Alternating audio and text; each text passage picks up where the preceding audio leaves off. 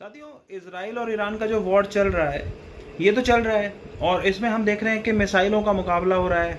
किसकी मिसाइल ज़्यादा मार कर सकती है, ज़्यादा डैमेज पहुंचा सकती है और किसकी मिसाइल्स रोक सकती हैं, किसकी मिसाइलों को रोका जा सकता है एयर डिफेंस सिस्टम से, ये चीज़ देखी जा रही है। और यहाँ पे बातें ये भी चल रही हैं अब कि जो आयरन डोम सिस्टम एक है और उसके साथ साथ और भी पैट्रियोटिक, एरो और डेविड स्लिंग, आयरन बीम, इस तरह से जो भी एक शील्ड बनी हुई है इजराइल की, अमेरिका ने उसे बना के दी थी, जिससे कि वो फाइटर जेट्स, मिसाइल्स और ड्रोन्स को इंटरसेप्ट करके डिस्ट्रॉय कर देते हैं। तो उसमें जो मिसाइल्स हैं उसका जखीरा भी अब ख़त्म होता जा रहा है।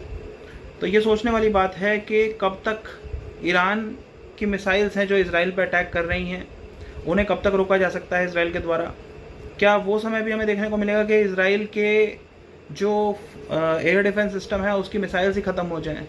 उस समय क्या होगा? तो क्या इसमें अमेरिका बहुत जल्दी इजराइल को ज्वाइन करने वाला है उसकी मदद करने के लिए, या फिर क्या हमें देखने को मिलेगा? ये चीज़ तो है, लेकिन साथ ही साथ दोस्तों एक बहुत सोचने वाली बात है कि क्या इजराइल के पास न्यूक्लियर वेपन्स हैं?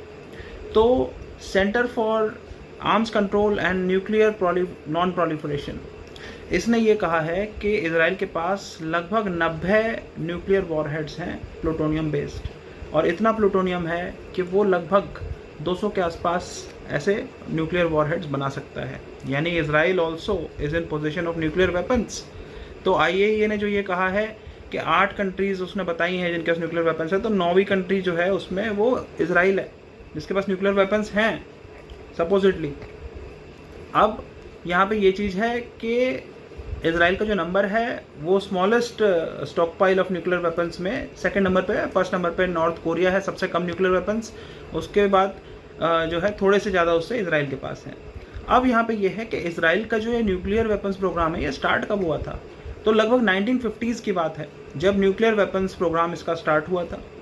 और ये डिमोना जो न्यूक्लियर प्लांट है इजराइल का नेगेव डेजर्ट में, जो कि साउथ इजराइल में है, वहाँ पे चल रहा है।